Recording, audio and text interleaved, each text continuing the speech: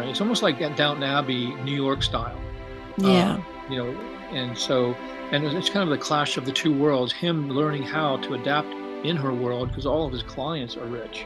So he's actually coming from the streets almost. So he's had to really learn how to present himself in a way that's not phony to him, but it's not who he is. We'll talk about this and much more today. Welcome to a Writer's Day podcast.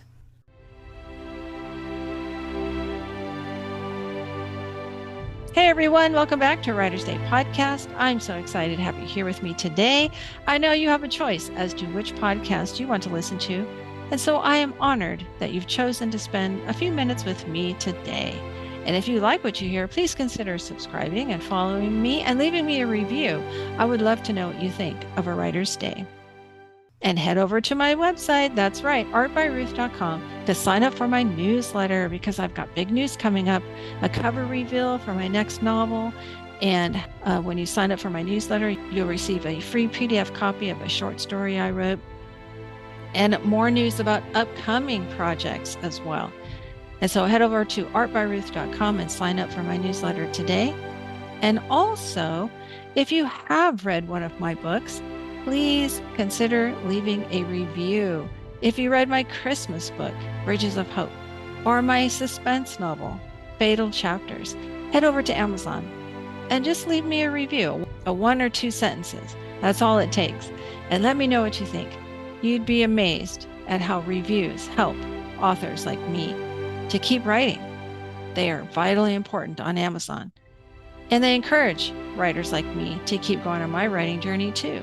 So if you love my books, if you've really enjoyed any of them, Secrets of Worthington Orphanage, Dragon Sword, Fatal Chapters, or Bridges of Hope, please head over to Amazon and leave a review today. His novels have received popular and critical acclaim, getting rave reviews from USA Today and magazines like Publishers Weekly, the Library Journal, Booklist, and more. Dan Walsh is with me today to talk about his writing process and his new book, The Perfect Stranger. So you know the drill. Grab your favorite beverage, a comfortable chair, kick back and relax as we listen to Dan Walsh talk about his new book. Hey everyone, welcome back. I'm excited to be talking with an author who's new to me, but not to many of you, Dan Walsh. Welcome to the podcast, Dan. Well, thank you very much for inviting me. Sure. I like talking with authors I'm not familiar with because I have seen you on social media a lot on the author pages, that I follow. You'll pop up from time to time. And I thought, hey, this would be interesting to talk to him. So it's always great to meet authors who write similarly to what I write. And then I always get so inspired because sometimes I'm tired and I don't want to write, but then I listen to authors talk about their life and I'm super excited to get to writing. So Yeah, I think getting around other authors always, inspires me. And even if your blade is a little dull, it has a way of sharpening things. Yeah, exactly.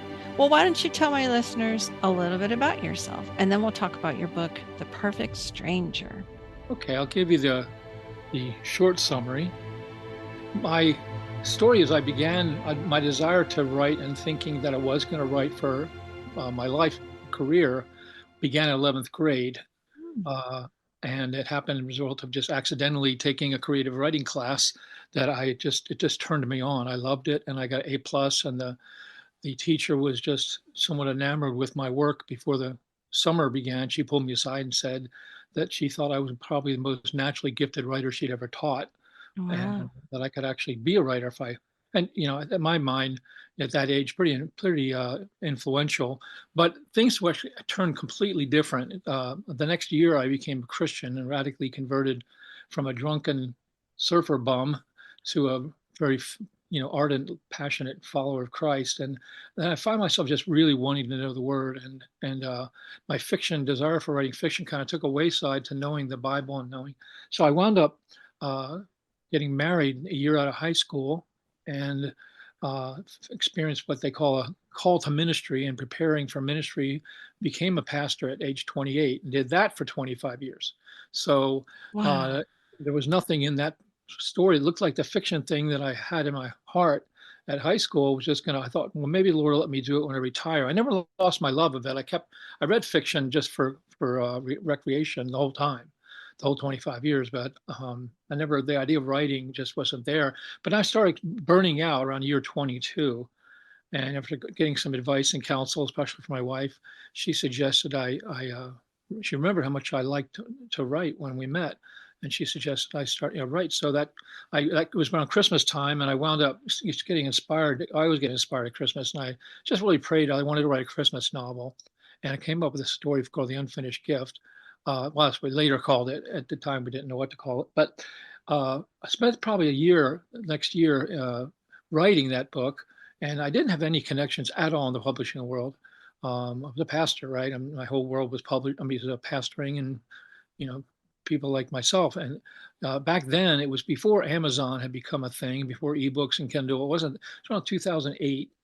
And nobody knew that right around the corner, this big iceberg named Amazon we're all going to hit. Hmm.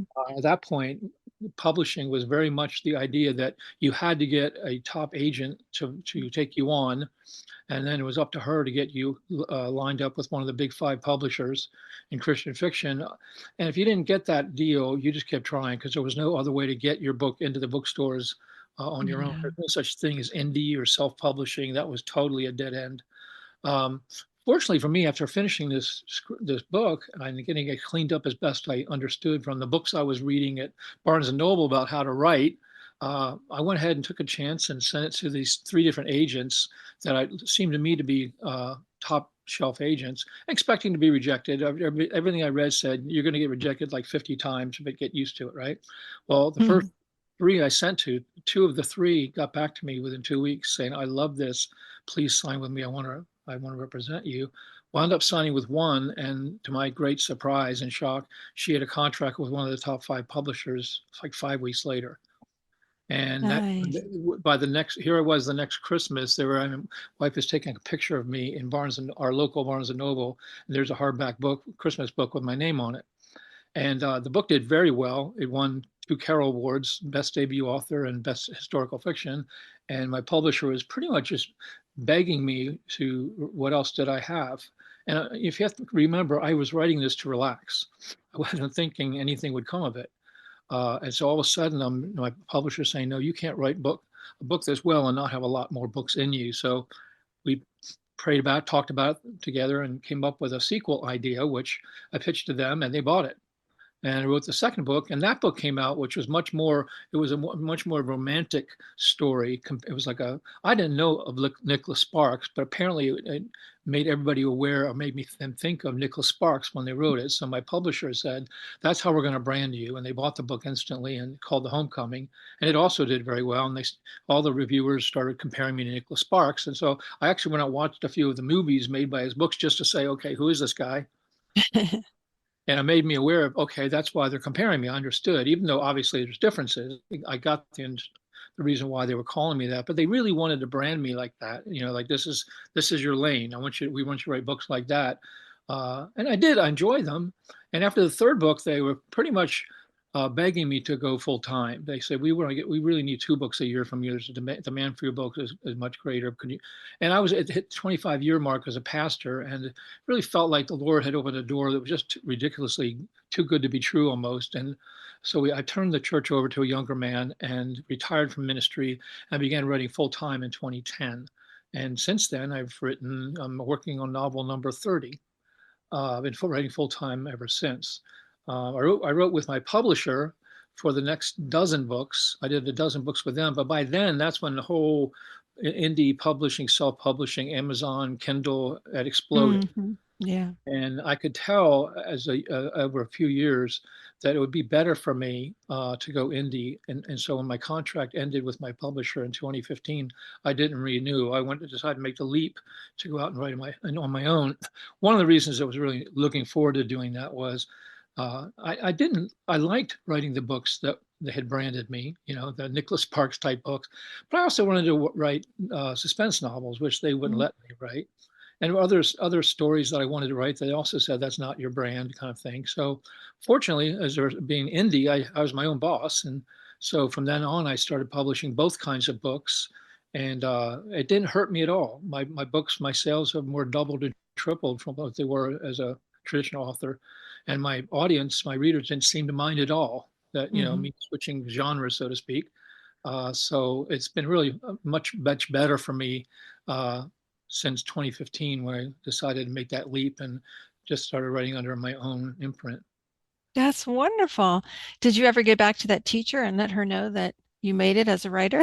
Well, I tried. I really tried. Oh, She wasn't that old, and I was surprised I couldn't find her on social media. But I looked and yeah. looked, and I don't know if she just maybe she, she could. I mean, she was only. I think she was only like. I had a crush on her. She was only. I think she was only maybe less than 10 years older than me. But I Oh, okay. never could find. I did put in that first book sort of a dedication to her. Like, if you ever read this, Oh, you're the reason that got me started. But I think that's wonderful because I'm a former teacher and I always love it when I hear authors come on my podcast and say how a teacher inspired them or encouraged them. And yeah, so that really resonated with me when you said that she really loved your writing. That's amazing. So teachers out there listening, you can have an impact on your students. So very keep much, doing especially that age. that. I mean, I guess young ladies are also, but it was really that age is really like you're kind of the fork in the road age. And are you going to go to college? If you go to Yeah. college, what are you going to study? And the voice of a teacher that is taking an interest in you really sometimes carries more weight than a parent, I think. That's true. And so what is your writing process like then? Well, it's obviously since 2010 when I went full time. The first it changed dramatically when I went from traditional to indie because I like to describe the way I was with my publisher. I was kind of a kept man. Uh, Literally, it was a big publisher, marketing team, publicity team.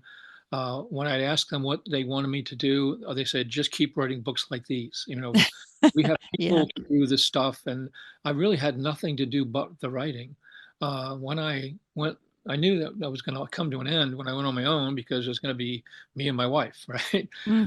Fortunately, having been a pastor of a smallish church for those 25 years, learned to wear a lot of hats and I was very entrepreneurial and it didn't scare me at all to go on my own.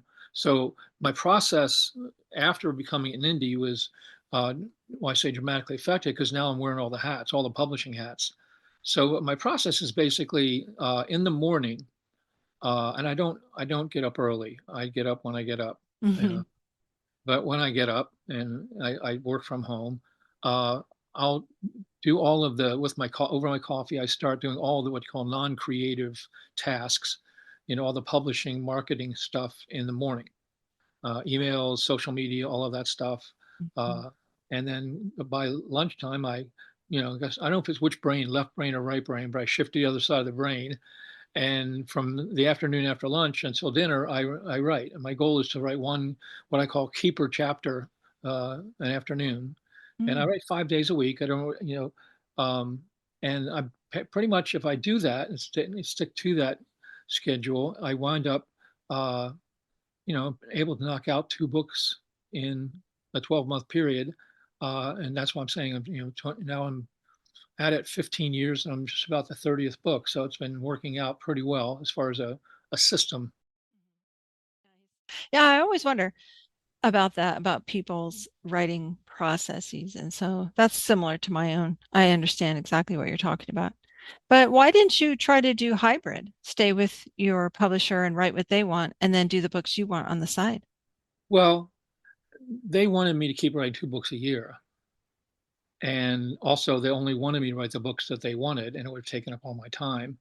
Uh, I was like, so and also, I mentioned this. I can say this. I don't. I left on good terms, Sure. but I left partly because they turned down the next. I pitched them this 3 book shelter dog series called Forever Home series, and they were like, "Well, dog books aren't selling right now. What else you got?" And I really wanted to write those books, and they would have been my Hmm. Nicholas Sparks type book, right? Hmm. and they turned them down. So I thought that just seemed like a closed door to me. I said, I really don't want to write something else and come up with something. I really Yeah. believe in these books. Turned out I was right. Those three books, actually, I added a fourth to the series. Those books are my best sellers of all my books of all time.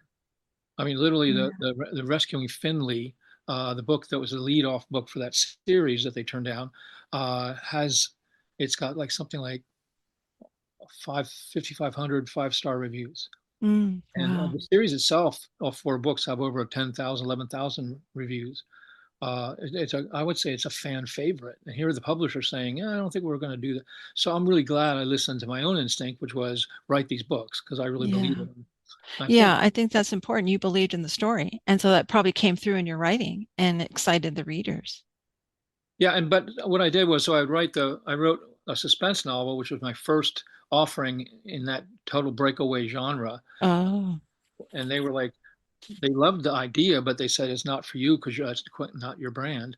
But I thought, I think fans don't care, and I was right. They don't care, and almost all my yeah. Nicholas Sparks fans bought it, and now I've since then gone on. I wrote one each, twice, 2 books a year. One was a you could say the Nicholas Sparks type, and one was a suspense, and I did that Mm. and wound up having two full 4-book suspense series that have sold wonderfully well.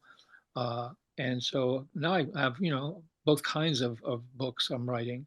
And even some books, even outside of any, I guess you say known genre, that's the freedom, I guess, when you have a readership.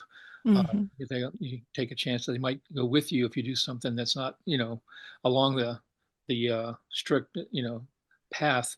Uh, like this one that just came out, the most recent one, Perfect Stranger, would have been one of the ones that my publisher turned down because Nicholas Sparks didn't write books older than World War II, and this was 1912. Oh, oh, okay. So it was sitting there for like years, just in a synopsis form. Yeah, And I thought, I really would like to write that book. And so it was a very different book for me to write, but I loved it because I love history. sure. It Well, just, that's exciting. And I agree because that's why I do indie writing too, and publishing because I want to write what I want to write. And if something just really gets me excited, I have to write that story. And yeah, I think that it really comes through in your writing as opposed to just writing what someone else is telling you to write. And I'm an artist too. And that's one of the things I always hated was people telling me what I should be painting or drawing yeah, because it sells. Oh, you should paint this because it's really selling right now, or paint that or draw this. And so, and I had to do a lot of what other people wanted me to do when I was a student. And so once I graduated, I remember telling myself, I'm never going to paint what other people want me to paint again. I will always draw or paint what I want to paint. And it just comes through in my work. I mean, you can just tell that I'm happy to paint what I want to paint. So I guess that's kind of why I stayed indie. I mean, I wouldn't mind working with a publisher on one genre, like romantic suspense. I just started in that genre. I wouldn't mind working with a publisher on that, but I I think still want it's to do tough. my dragon books. I want to do my coloring books. I want to do my books on my own. I think that since I've left traditional publishing, it has gone through a Mm, radical sort of reorganization, rebirth. yeah, that's true. Lots of Yeah. new, smaller indie houses have started. They're a lot more flexible than mine was. Yeah. Mine have learned a lesson. They're not as rigid as they used to be, trying to keep up and adapt to this changing world. So, yeah, I Yeah. would not. I do not envy people in that publishing world, and considering how dramatically the indie world has rocked their world. Well, now let's talk about your book, The Perfect Stranger. Tell us about that story.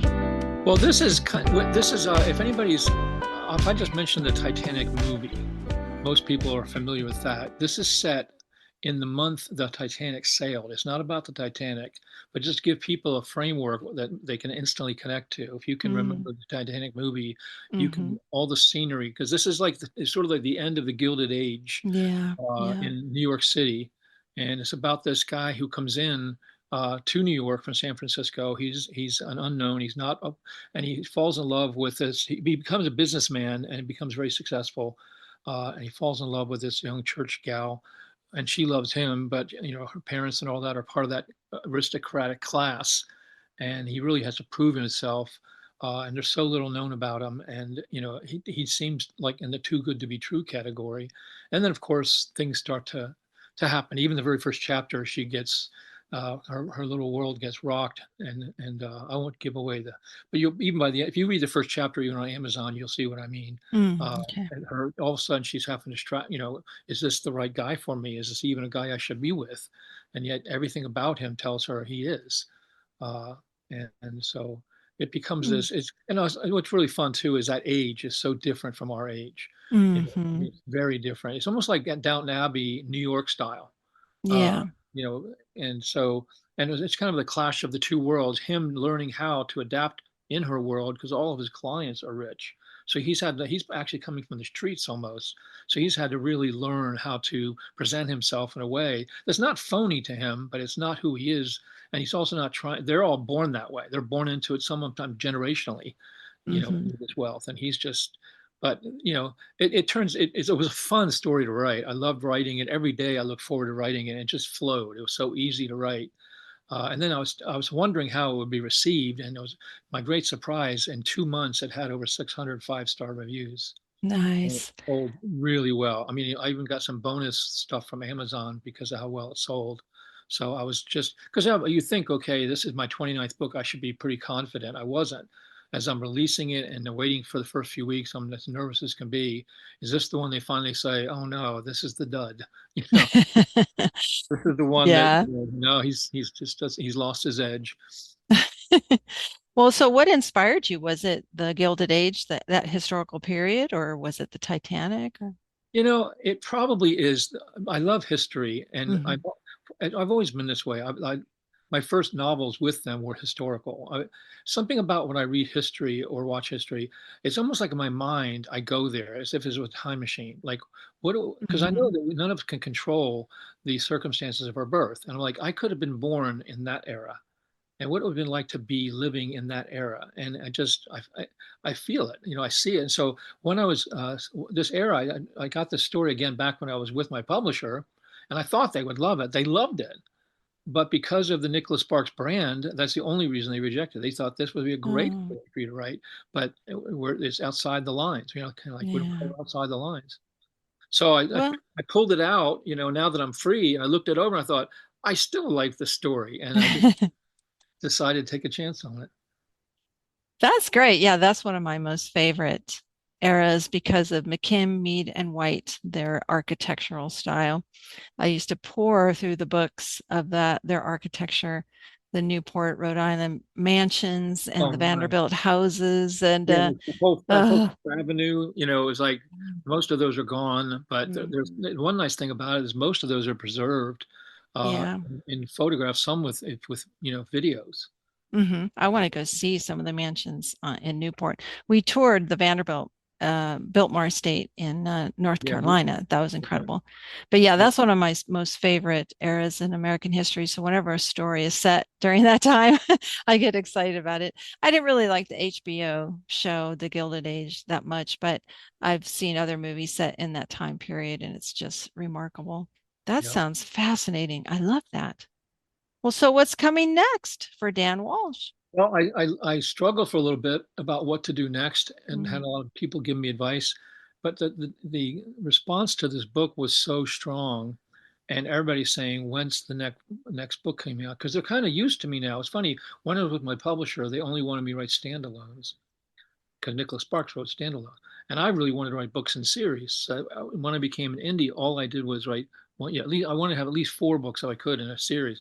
So when I finished this book, I didn't plan on it, but with all of this interest in it and people asking for it, my wife and I talked about it and thought about it, and we were able to come up with a really cool sequel. I don't know if there'll be 4 books, but wow. I'm working on about chapter 5 into the sequel, and I love doing it, of course, because I loved all these characters. They're like friends to me. It's like I don't have to, you know, it's just I can get right into the plot because the characters are already alive to me.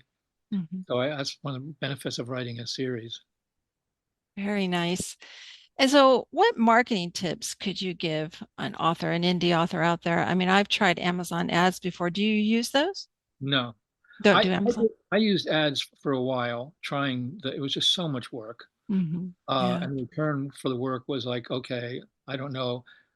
Um, what I did was, I said two big things I did. No, number one, because I teach on indie marketing now because of my success. When I get invited to speak, that's often what they want me to speak on. So I've developed some material.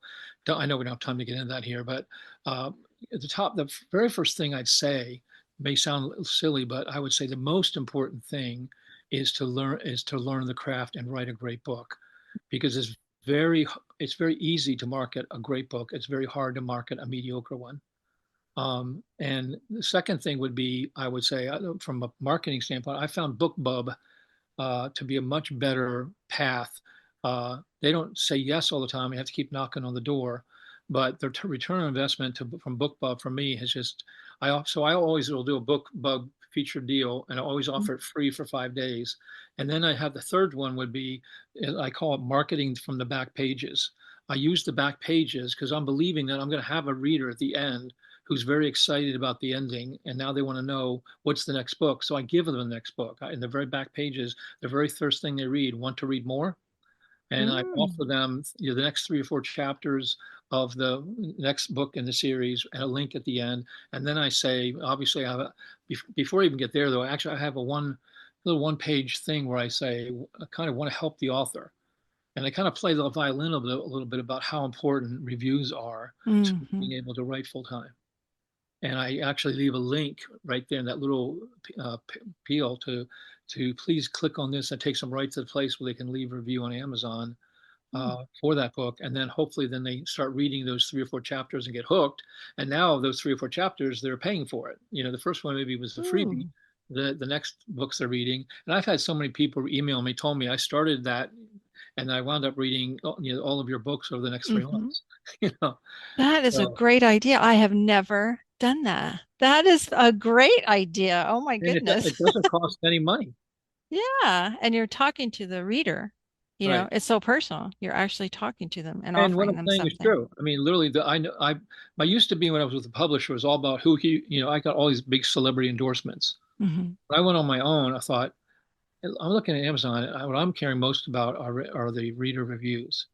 No hmm doubt, as time's gone on, that's what readers mostly care about. They care about if they see a book that has, 10 or 12 reviews, and well, anybody's got friends and family who can make those reviews. If they see a book that has several hundred reviews and they're consistently high, hmm they're more likely to give it, a look and really, give it a chance. So to me, reviews are far more important than almost anything else in terms of what a reader will be influenced. But I mean, there's the cover and there's the blurb about the book, but beyond that, I go right to the reviews and I start reading some reviews. And so many reviews have talked me out of buying a book I was interested in. And the same way, other reviews were like, "Oh my, I gotta click on this." So that would be to me why I've decided in those back pages. I have everybody for just a brief shining moment, right? Yeah. Yeah. Love the book. I don't want to lose them as they get on to something else. So I want to set the hook there, and so you got to market those back pages. That is a great idea. One tip, there's one tip I learned that's more mechanical, to have to fool Amazon, because Amazon started sort of hijacking the ending. I don't know if you noticed that. Sometimes you'll be reading and also Amazon will flow up, shoot up a page and get you trying to leave some rating or whatever. Mm. And I realized that when they did that, sometimes the reader wouldn't read those free chapters because they would be distracted by that. So with some friends' help, I found out how to work around that so that that doesn't happen before I want it to. That's okay. Oh, so you're talking about the ebooks only then? Yeah, so this is just ebooks. So Ebooks. obviously, print books. I mean, I do that mainly because my ebooks are 90% of my sales, if Okay. not more. And even beyond that, I would say Kindle Unlimited is more than half my sales now. Okay. That's So good both to of them, know. Okay. yeah. Well, thank you so much for the tips. And how can listeners get a hold of Dan Walsh? Do you have a newsletter that they can sign up for? Yes, if you go to my www, just danwalshbooks.com, right there in my off the homepage, scroll down just a little bit, and you'll see, I think it's probably within a couple of inches from the top, a place to sign up to the newsletter. And when you sign up, you have an option to get 2 free books. One that's more like the Nicholas Sparks type, and one that's more the suspense. You get a free book just for signing up. And then my newsletter, I'm a guy, I read how some of the newsletters, and I do, but mainly my newsletter exists for me to communicate with my readers, but I'm not faithful. I'll put out a newsletter whenever something's happening. A new book's coming out, or one of those 5-day freebie promos is coming out, or maybe a friend's book that I love, I want them to know about it. So they don't get, if you sign up, you won't get a lot of mail from me, only if I think it matters. I am going to start two of my books are being turned into movies, and once they get to the point where filming starts, I'm going to be much more faithful to connect with people that way, because I think people find that fascinating. I'm going to be like behind the scenes blogging of the yeah, definitely. Yeah, that is so intriguing. I'd definitely love to talk to you some more about that once that gets started. I'm always fascinated by that process, taking a book to film. It's been quite an adventure, for sure. I mean, not very interesting experience. Well, this is great. So listeners, head over to danwalshbooks.com, sign up for the newsletter, and get 2 free books. And you'll learn more about Dan over there on his website. Thank you so much for joining me today. This has been fascinating. I love the story, and I also love the tips that you gave us for us authors out here. Well, Dan Walsh, thank you so much for joining me today. All right, Ruth. You have a good rest of the day. Wasn't that interesting to talk with best-selling author Dan Walsh about his writing process, The Perfect Stranger, his new novel, and about those marketing tips? Wow. I hope that you've been encouraged by Dan's story and how he persevered and took a chance and became a full-time writer on his own. And he's been doing it now for years. It's inspired me to keep going on my writing journey.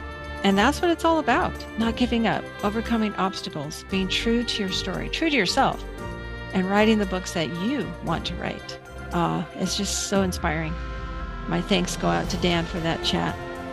And so you keep going on your writing journey. I know some days it's harder than others, but you've got to keep going, because like I always say, there's someone out there who needs to read your story.